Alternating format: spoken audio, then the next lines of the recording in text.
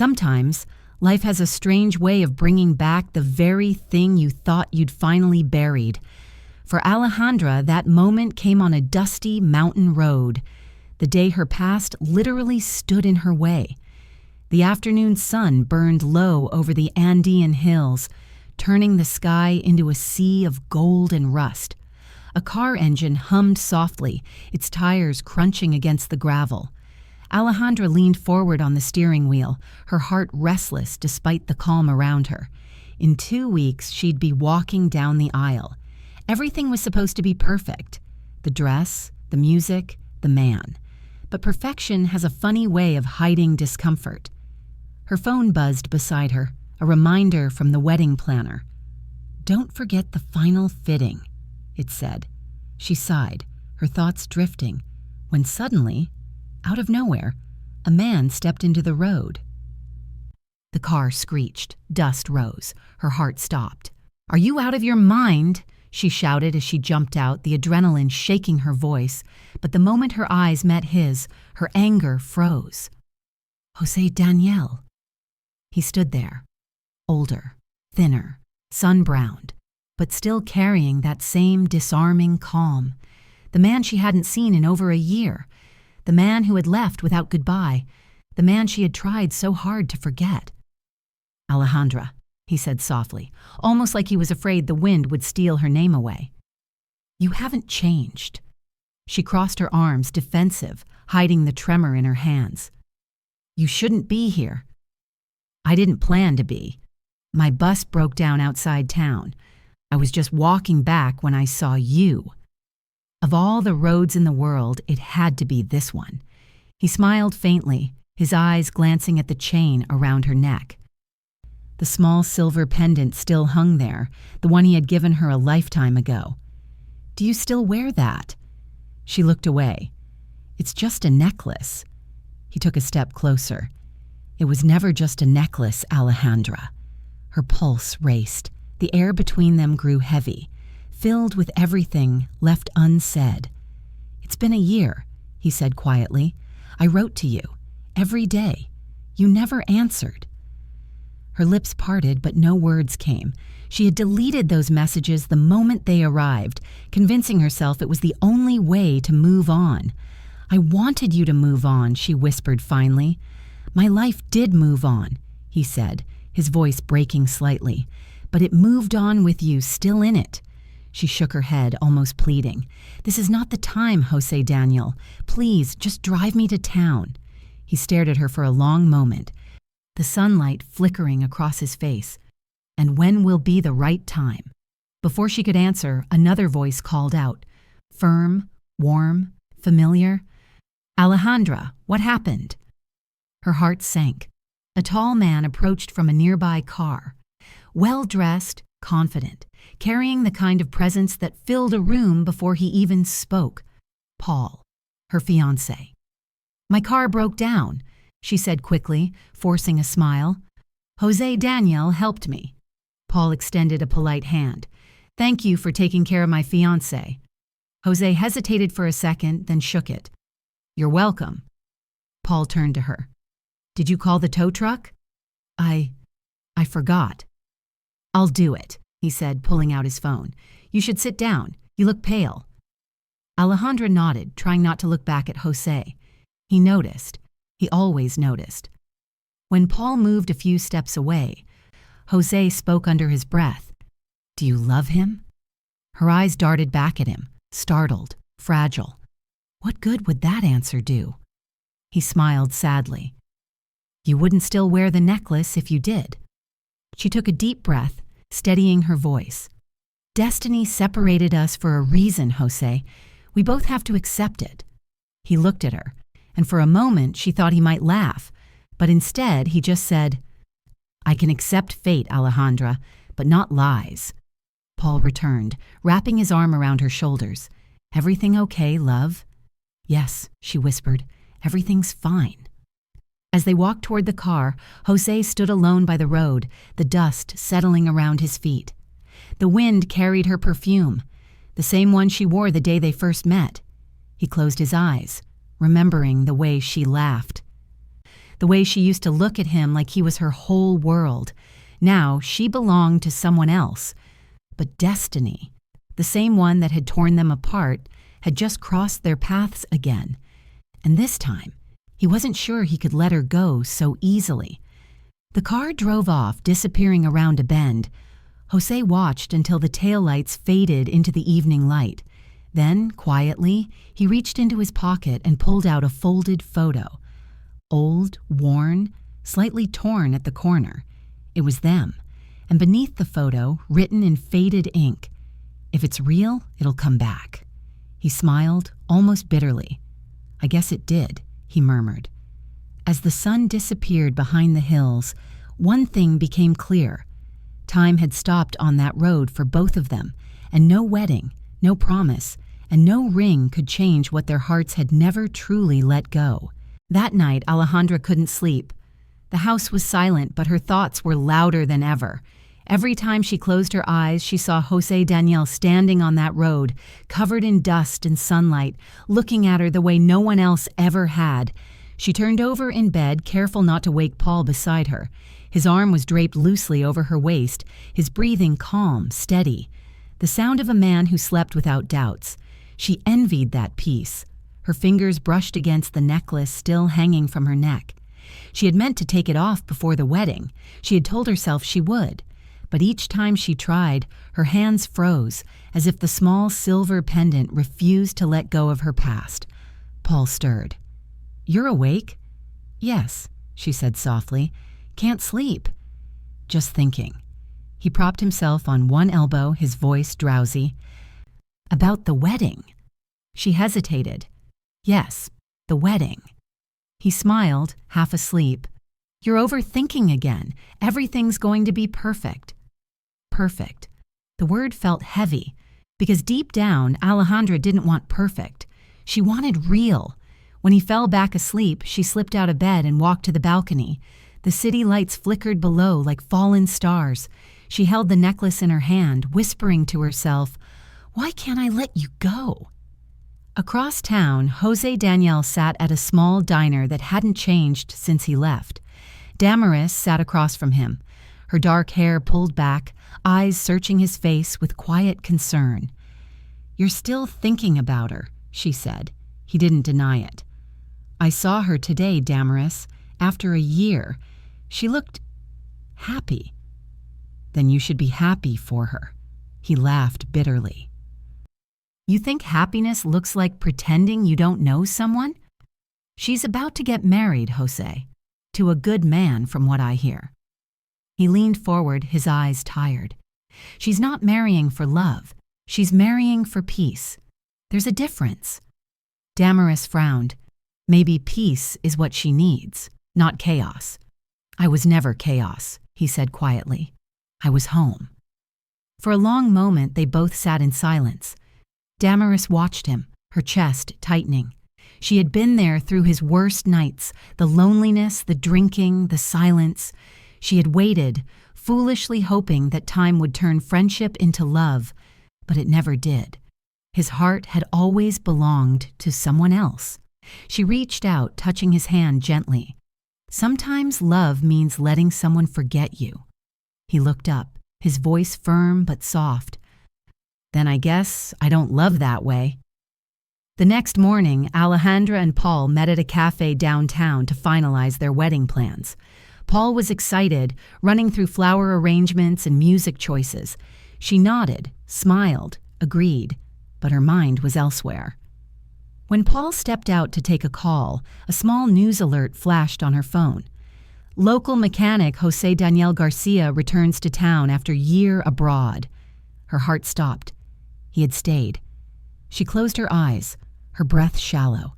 She could almost feel that same old presence.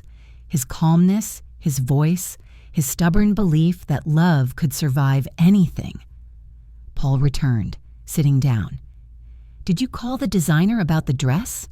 "Not yet," she murmured. He frowned. "The wedding is in 2 weeks, Alejandra." "I know. I'll do it today." "It's not to pressure you. But sometimes I feel like you're not as excited as I am." She looked up at him, guilt flickering in her chest. "Don't say that, my love. I promise, I'll make it beautiful." He smiled, satisfied. "That's all I need to hear." But as he reached for her hand, she felt her heart drift away, not toward him, but toward a memory that refused to fade. That afternoon, Damaris found herself standing in front of Alejandra's family house. She hadn't planned to come, but something inside her needed to. When Alejandra opened the door, her smile faded the moment she recognized her. "You must be Alejandra," Damaris said, "the woman who broke José Daniel's heart twice." Alejandra straightened, defensive. "You don't know me." "I know enough," Damaris replied. "I know your name. I know you're marrying that rich guy. And I know you're the reason José can't sleep at night." Alejandra's eyes softened with pain. "What do you want?" "To tell you something before you destroy him again," Damaris said quietly. "Let him be happy. He's suffered enough, and so have you." Alejandra swallowed hard. "He didn't tell me he had someone. Maybe because he doesn't. Because even when I'm there, it's you he talks about." Alejandra's hands trembled. "Tell him to forget me." "I've been trying," Damaris said, "but I think you're the only one who can make him." She turned to leave, her voice breaking. "You're marrying peace, Alejandra. Don't ruin someone else's chance at love just because you're afraid of what yours might cost." That night, Alejandra sat in front of her mirror, staring at her reflection. Her wedding dress catalog lay unopened beside her. She reached for the necklace again, that stubborn little reminder of a love that refused to die. Her reflection whispered back to her like a stranger. "You've built a life around someone else's calm. But what about your own heart?" Downstairs, Paul called her name, cheerful as ever. She wiped her eyes, hid the necklace under her blouse, and forced a smile. Love, she thought, isn't always about the right timing. Sometimes it's about the courage to admit you're not where you belong. And as she descended the stairs to meet the man she was supposed to marry, one truth echoed quietly in her chest. You can bury the past, but you can't stop it from breathing. The wind that day carried something Alejandra couldn't name, maybe longing, maybe guilt. All she knew was that her heart had become too heavy to ignore. The necklace she once hid beneath her blouse now rested openly on her chest, glinting under the soft light of dusk. She stood by the old lake, the place where everything had once begun and where, perhaps, everything would end. The same wooden dock stretched out toward the water, worn and splintered by time. A breeze stirred her hair as if the past itself had taken form. Behind her, she heard slow, steady footsteps. She didn't need to turn. She already knew it was him. José Daniel stopped a few feet away. For a long moment, they said nothing. The silence between them was almost sacred, filled with all the words that had been swallowed by pride and distance. "You came," he said finally, his voice quiet but sure. "I shouldn't have," she whispered. "Then why did you?" She turned, meeting his gaze. "Because I needed to tell you that we can't go back." He nodded slowly, though his eyes betrayed the hurt he tried to hide. "That's what you came to say?" "Yes." He stepped closer. "Then why are you still wearing that necklace?" Her breath caught. "You always notice everything." He smiled sadly. "That's what love does. It notices even when it shouldn't." She looked down at the water, her reflection rippling. Two faces overlapping, one from the past, one from the future. "I wanted to forget you, José," she said. "I tried. But forgetting you felt like forgetting a part of myself." "Then don't forget," he said softly. "Love doesn't need permission to exist. It just does." "But I'm getting married," she said, her voice trembling. "To a man who's done nothing wrong. He doesn't deserve to be punished for my confusion." He walked to her side, eyes on the horizon. "You call it confusion. I call it truth." She shook her head. "It's not that simple." "It never is," he said. "But simple or not, it's still real." Her eyes filled with tears.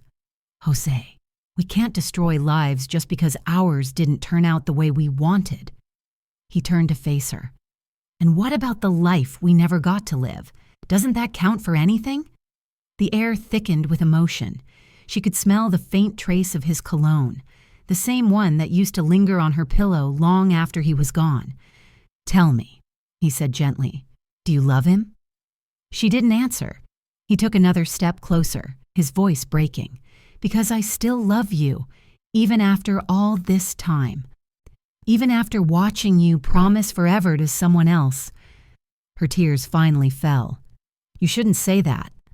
Why not? Because it makes it harder. Maybe it's supposed to be hard, he said. Maybe love that doesn't hurt a little was never love at all. She covered her face with her hands, her shoulders trembling. Stop, please. He reached out, his hand resting on her arm. Alejandra, look at me. When she finally did, something inside her broke. This is wrong, she said, barely audible. We can't do this. What's wrong, he whispered, is marrying someone you don't love. The words hung in the air like lightning. She turned away, shaking. You don't understand. He saved me. He gave me stability when I had nothing. And I gave you love when you didn't know what it was. The truth hit her like a wave. She remembered his laughter. The late nights, the promises whispered under the stars. She remembered the way he looked at her, not as someone to own, but as someone to believe in. She stepped back, tears streaming down her face. I can't do this to him. Then don't, José said. Tell him the truth. Tell him that your heart still belongs to someone else. She stared at him, torn apart. And what about you? What happens then? He smiled faintly. Then we'll find out whether love is strong enough to survive honesty. The sound of an approaching car broke the moment. Gravel crunched beneath tires. They both turned to see Paul's black sedan pull up behind them. Alejandra's heart stopped. Paul stepped out, his face unreadable. I thought I'd find you here. Paul, please. He held up a hand. Save it. I'm not angry. Just disappointed. Let me explain. He looked at José, then back at her. You don't have to. I can see it in your eyes. You love him. Alejandra froze, guilt and relief colliding inside her. Paul's voice softened, but there was pain beneath it. You know, I spent months trying to make you smile the way you're smiling right now. I never could. He walks in and suddenly you're alive again. José started to speak, but Paul stopped him. Don't. I don't blame you either. Love doesn't ask for permission, right? Alejandra's voice trembled. Paul, I didn't mean to hurt you. He smiled sadly. You didn't hurt me. You just reminded me what it feels like to lose something I never really had. The wind grew colder. Paul's shoulders dropped as if carrying the weight of a goodbye he had already rehearsed. Marry him, he said quietly. If he's the one who makes you remember who you are, then he's the one you were meant to find again. And with that, he turned back to his car and drove away, leaving behind the faint sound of gravel. And two hearts standing by a lake, breathless, uncertain, but free. José took Alejandra's hand gently. You don't have to run anymore. But her eyes, full of tears, said what her voice could not. Sometimes love sets you free, only to show you how much freedom costs. Love, when pushed to its limit, has a way of demanding a price, one that no one ever wants to pay. For a brief moment after that confrontation by the lake, Alejandra and José Daniel felt something almost impossible.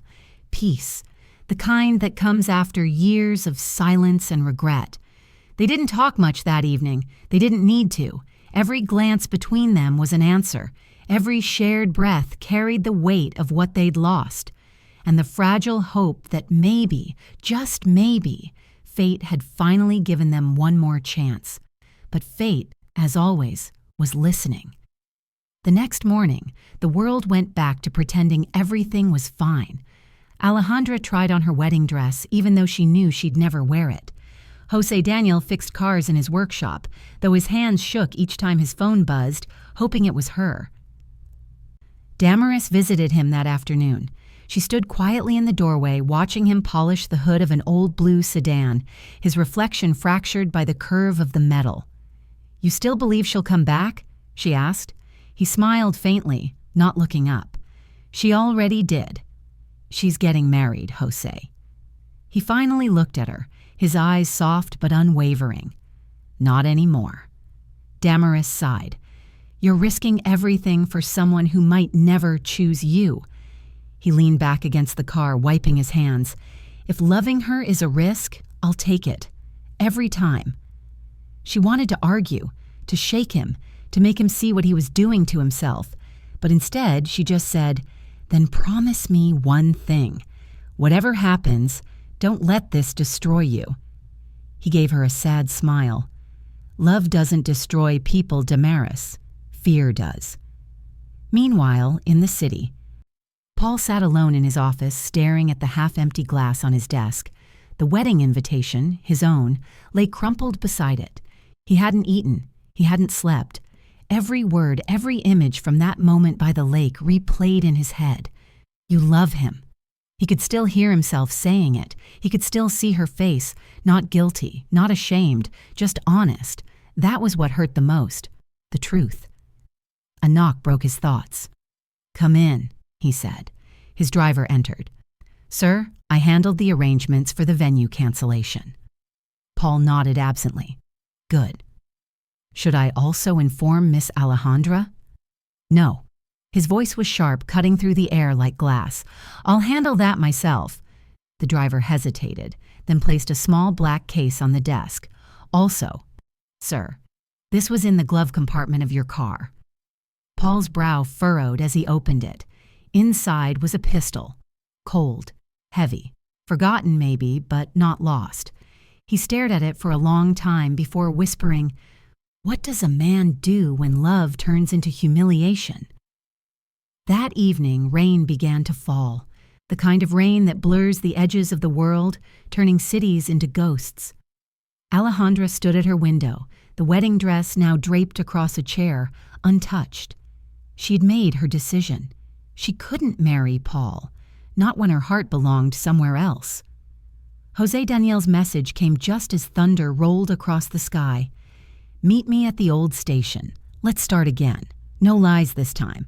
Her hands trembled as she typed back, "I'm on my way."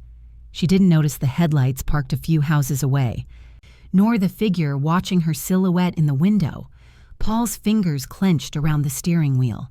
His eyes were hollow, his chest tight with something darker than jealousy, a kind of heartbreak that had no place to go. When Alejandra arrived, the station was almost empty.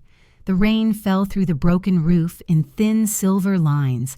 José Daniel was already there, soaked, waiting under the flickering light of an old lamppost. "You came," he said, his smile trembling. She nodded, stepping closer. "I couldn't stay away." He took her hands in his, warmth against the chill. "Then say it. Say it so the past finally dies." "I love you," she breathed. "I always did." For the first time in a year, they kissed. Slow, trembling, like the world might collapse around them, but they no longer cared. And then, from behind them, a voice cut through the sound of rain. "Beautiful," it said. "Tragic, but beautiful." They turned. Paul stood there, gun in hand, his face unreadable. "Paul," Alejandra whispered, "please." "Do you know what it feels like?" he said, his voice low. "To give someone everything, only to realize their heart was never really yours?" "Paul, listen to me," José started, stepping forward, hands raised. "Don't," Paul warned. "You had your chance a year ago. You could have stayed away." "This isn't you," Alejandra said softly, tears streaming down her cheeks. "Please, just put it down." Paul's hands shook. "I wish I could." For a heartbeat, the world went still. Then in the distance, thunder cracked, and a single shot echoed through the rain. Alejandra screamed. José stumbled back, clutching his arm. Not fatal, but bleeding. Paul stood frozen. the gun trembling in his grasp. He looked at the blood, at Alejandra crying, and something inside him broke. The anger drained from his face, replaced by pure exhaustion. "I never wanted this," he said quietly. "I just wanted to stop hurting." Alejandra stepped forward slowly, her voice trembling. "You still can. Please, Paul, don't let this be the last thing you do." He dropped the gun. The metallic sound of it hitting the ground echoed louder than the thunder. As sirens wailed in the distance, Paul sank to his knees. "I'm sorry," he whispered, looking at them both. Maybe this is how love finally ends, not with hate, but with surrender. Alejandra fell beside José, pressing her hands to his wound, her tears mixing with the rain. He touched her face weakly and whispered, "Don't cry. Love always asks for a price. I'd pay it again, if it means I found you." Outside, the rain washed away the blood, the mud, and the pain. But not the truth. Because when love demands a price, it doesn't always take a life. Sometimes it just takes the part of you that will never heal the same again. "You shouldn't be here," he said, his voice raspy. "I came to thank you," she whispered, "for almost killing the man you love." His smile was bitter. "For letting me go," she said, "even when it broke you." He looked at her for a long time, something shifting behind his eyes. "You still think I'm a monster, don't you?" "No," she said. "I think you're human." He laughed weakly. "That's worse." She stepped closer, placing a hand on his. "Paul, I don't hate you. I never did." "Then why does it still feel like punishment?" "Because love always hurts someone," she said quietly. "And this time, it hurt all of us." Tears filled his eyes, something rare for a man who had spent his life pretending not to feel. "If I could undo everything—" She shook her head. "Then you wouldn't be here, and maybe this is where redemption begins." He turned his head, staring at the ceiling. "They say I need a transplant," he said softly, "but I don't think anyone's rushing to save me." Alejandra's heart tightened. "Someone will." "Don't lie to me." "I'm not," she said, "because I already know someone who might." The next morning, Alejandra found Damaris sitting alone in the hospital cafe, a cup of untouched coffee in her hands. She looked tired, eyes hollow but kind. "Damaris," Alejandra said gently, sitting beside her. "I heard about Paul," Damaris said, "and José. You've all lost too much." Alejandra hesitated, then said, "There's something I have to ask you." Damaris looked up, her gaze curious. "What is it?" "You know Paul. You've seen the good in him. But he's dying, and no one else will step forward." Damaris's hands trembled slightly. "You're not asking what I think you're asking." "I'm not asking," Alejandra said. "I'm just hoping." For a long moment, Damaris said nothing. The sound of rain tapping against the window filled the silence between them. Then she whispered, "He saved José once. Maybe it's time someone saved him." Alejandra's eyes widened. "You would?" "I'll get tested," Damaris said. "If I'm a match, he gets another chance." Alejandra took her hand, tears in her eyes. "You don't have to do this." "I know," Damaris said softly, "but I want to. Because forgiveness isn't just for them. It's for me, too." A week later, Paul awoke in a dimly lit room. The machines around him beeped steadily. His body ached, but there was something different, lighter. A nurse entered, smiling gently. "You're awake, that's good news." "What happened?" he croaked. "The surgery was a success," she said. "You have a new kidney." He blinked, disoriented. Who donated it?" The nurse hesitated. "She requested to remain anonymous." Paul frowned. "Was it Alejandra?" "No," she said softly. "Someone else. Someone who cared enough to give you a second chance." He closed his eyes, emotion flooding him. For the first time, he didn't feel anger. He felt something else. Gratitude. Days later, Alejandra walked into his room, holding a small bouquet of lilies. Paul smiled weakly. "You look better," she said. "I feel human again," he said. "Whoever did this, they saved more than my life." She nodded. "Then live like you deserve it." He studied her for a moment, then asked, "Where's José?" "Outside," she said softly, "waiting." Paul's eyes softened. "Take care of him. You both deserve peace." She hesitated, tears welling up. "And you?" He smiled faintly. "I think I finally have mine." Outside, José was leaning against his car, staring at the horizon. When he saw her, his face broke into a slow, relieved smile. "It's over," she said, stepping into his arms. "We're free." He kissed her forehead. "No, Alejandra, we're alive, and that's more than I ever hoped for." The rain had stopped.